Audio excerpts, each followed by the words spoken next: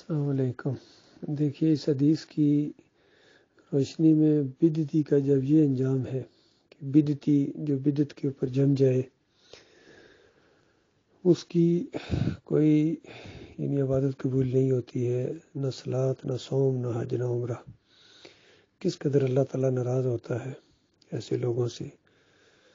گویا اصل میں بدعتی اپنے آپ کو اللہ اور اللہ کے رسول سے زیادہ سمجھدار ثابت کرنے کی کوشش کرتا ہے، تو یہ شیطانی ایک روش ہے۔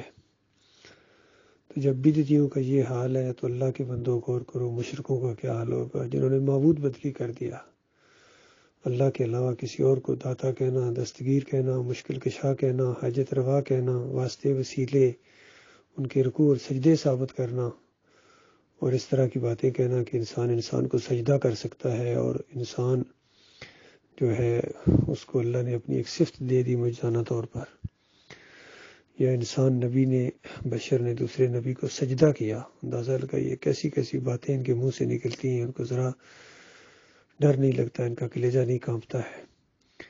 تو بہرحال یہ بہت بڑی بدبختی ہے ایسے مشرک مفسرین کی اور بدعتیوں کی، اور باغیوں کو بھی اپنے طرز عمل کے اوپر غور کرنا چاہیے، کیونکہ باغی جو ہوتا ہے وہ بدعتی سے بھی آگے ہوتا ہے۔ بغاوت، اسلامی جماعت سے، مسلمانوں کے نظم سے بغاوت کرنا اور علیحدہ ہو جانا، یہ بہت بڑا جرم ہے۔ حدیث میں آتا ہے کہ ہر باغی کے پیٹھ کے اوپر ایک جھنڈا لگایا جائے گا، اس کی بغاوت کے سائز کے مطابق۔ جو سب سے بڑا سرغنہ ہوگا بغاوت کا، اس کی پیٹھ کے اوپر سب سے بڑا جھنڈا لگایا جائے گا، تاکہ اس وقت پتہ چل جائے گا سرغنہ کون تھا، سب سے بڑا مجرم کون تھا۔ اور اس کے بعد جو اس کے سپورٹر ہوں گے ان کے اوپر بھی، اور جس کسی نے بھی ان کی تائید کی ہوگی ان کے اوپر بھی جھنڈیاں لگائی جائیں گی۔ تو ابھی موقع ہے، اللہ کے بندوں واپس لوٹو، ایمان خالص کی دعوت اٹھی ہوئی ہے، توحید کی دعوت، رد شرک کی دعوت، فرقہ پرستوں سے برات کا اعلان کرو، مسلک پرستوں سے برات کا اعلان کرو، اس جمہوری سسٹم سے بالکل برات کا اعلان کرو۔ یہ سارے فریبکار ہیں، نیا جال بھی لانے کی ان کو توفیق نہیں ہوئی ہے، وہی پرانا جال لائے ہیں کہ پاکستان کا مطلب کیا، لا الہ الا اللہ، تیرا میرا رشتہ کیا، لا الہ الا اللہ۔ یہ وکیل بھی ایک دوسرے کو یہی نعرہ لگاتے ہیں، عمران خان بھی بہت زیادہ لگاتے ہیں، اور ان میں کوئی بریلوی ہے، کوئی دیوبندی ہے، کوئی اہل حدیث ہے، سارے کھچڑی ہے، چٹنی ایک بنی ہوئی شرک کے عقائد والوں کی، صوفی ہیں اس کے اندر۔ تو یہ عوام کو بہت بڑا دھوکہ دے رہے ہیں۔ تو یہ تو خیر واپس ہونے والے نہیں ہیں، مفاد پرست ہیں یہ لوگ، خائن لوگ ہیں۔ ان کی دنیا کی خاطر اپنی دنیا اور آخرت دونوں برباد نہ کرو لوگو۔ ایمان خالص کی دعوت یہ آپ کو بلا رہی ہے اللہ کی طرف۔ من انصاری اللہ، اللہ کے دین کے معاملے میں کون ہمارا مددگار ہے، کون ہے جو اللہ کے دین کو لے کر اٹھے، اس طرح جس طرح نبی علیہ السلام نے مکہ سے توحید کی دعوت اٹھائی، صحابہ اکرام نے اس کو قبول کیا، اور پھر اللہ کے ساتھ براہ راست پکاروں کا معاملہ ہو گیا۔ ربنا اننا سمعنا منادی ینادی للایمان ان آمنوا بربکم فآمنا۔ اے ہمارے مالک، ہم نے ایک پکارنے والے کو سنا جو ایمان کی طرف بلا رہا تھا کہ لوگوں اپنے رب کے اوپر ایمان لے آؤ۔ ہم ایمان لے آئے۔ صحابہ اکرام اس طریقے سے ایمان لائے، اس سے پہلے کھلی گمراہی کے اندر تھے، لات منات و بل کو پکارتے تھے، ان کے واسطے وسیلے دیتے تھے، ابراہیم مدد کی پکاریں لگاتے تھے، یا اسماعیل مدد کی پکاریں، اور پھر ان کی نظر و نیاز کرتے تھے، ان کو اللہ کے ہاں وسیلہ سمجھتے تھے۔ تو اس سے بالکل انہوں نے توبہ کر کے یکسو مسلم بن گئے۔ اور جو دوسرے تھے وہ ڈٹے رہے اپنے آباء و اجداد اور اپنے اکابرین کے مشرکانہ عقائد کے اوپر، اور مخالفتیں کی، انہوں نے مومنوں کو تنگ کیا، مومنوں کو انتشاری اور باغی کہا، اور پھر ان کو نکالا مکہ سے، ایک دفعہ حبشہ کی طرف اور پھر دو دفعہ مدینے کی طرف، دو دفعہ حبشہ کی طرف ہجرت ہوئی اور پھر مدینے کی طرف گئے ہیں اللہ کے مومن بندے، اور وہاں مارنے کے لیے پہنچے ہیں۔ جنگ بدر اس انداز سے ہوئی تھی، اور ایسے حالات میں اللہ تعالیٰ کی پھر مدد آتی ہے، فرشتے اللہ نے مدد کے لیے بھیجے۔ وہ جو کسی نے کہا کہ فضائے بدر پیدا کر، فرشتے تیری نصرت کو ابھی بھی یہ نہیں اتر سکتے ہیں۔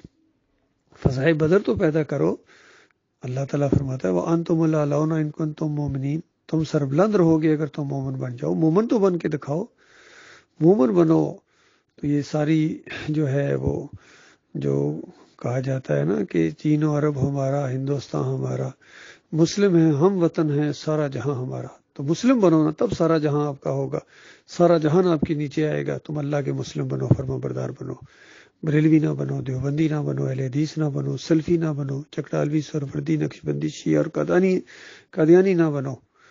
مسلم بنو، اللہ کے دین کی طرف آؤ، سارے شرک کے اڈوں کو گراؤ. یہ مزار شرک کے اڈے ہیں، مسلمانوں کے مندر ہیں یہ، جہاں یہ عرس ہوتے ہیں، میلے ہوتے ہیں، چڑھاوے ہوتے ہیں، چادریں چڑھتی ہیں، عورتیں آ کے وہاں ڈانس کرتی ہیں، دھمالیں ڈالتی ہیں، چمٹے بجاتے ہیں، اور وہاں جا کے یہ ماتھا ٹیکتے ہیں. بڑے بڑے پڑھے لکھے عمران خان جیسا آدمی وہاں جا کے ماتھا ٹیک دیتا ہے، سجدہ کرتا ہے. فضل الرحمان سجدے کرتا ہے، یعنی جا کے چادریں چڑھاتا ہے. اس کے باپ نے حلوہ بانٹا تھا علی جوہری کی قبر کے اوپر. یہ ڈاکٹر اسرار کا بھی ایک اخبار میں نے وہ فوٹو دیکھا تھا، موری شریف چادر جلا رہے تھے.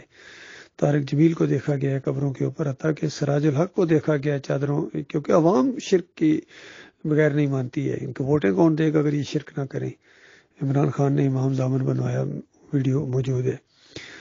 یا علی مدد کا پٹا بازو کے اوپر بندوایا، اور ان کے ہر جلسے کے اندر آغاز ہوتا ہے یا کا نعبد و یا کا نستعین سے، اور اس کے دوران پھر نعرہ حیدری یا علی مدد اور نعرہ رسالت یا رسول اللہ مدد کے نعرے لگتے ہیں، مشرکانہ نعرے.